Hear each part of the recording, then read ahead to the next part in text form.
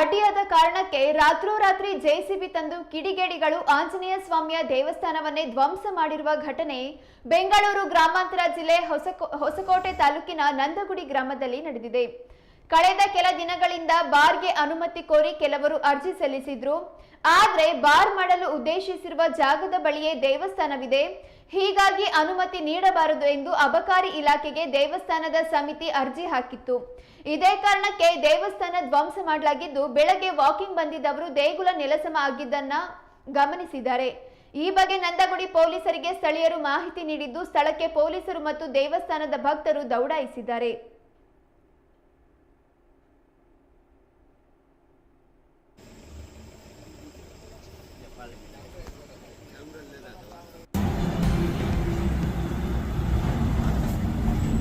ಯಾರು ಸರ್ ಹೇಳಿ ಸರ್.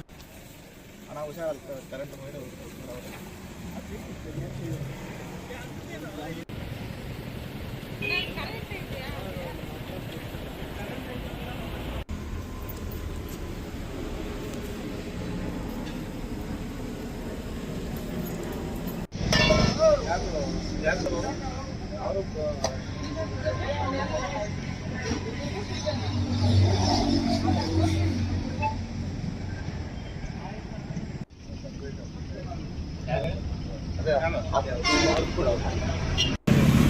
ಜಾಗ ಸುಮಾರು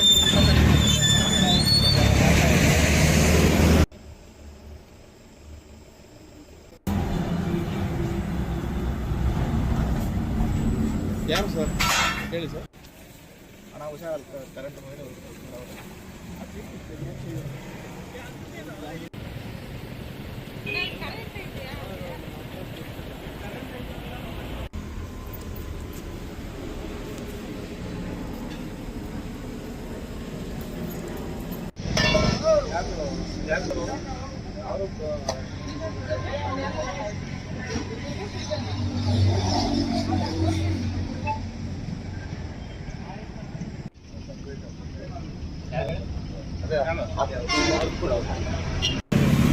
ಜಾಗ ಸುಮಾರು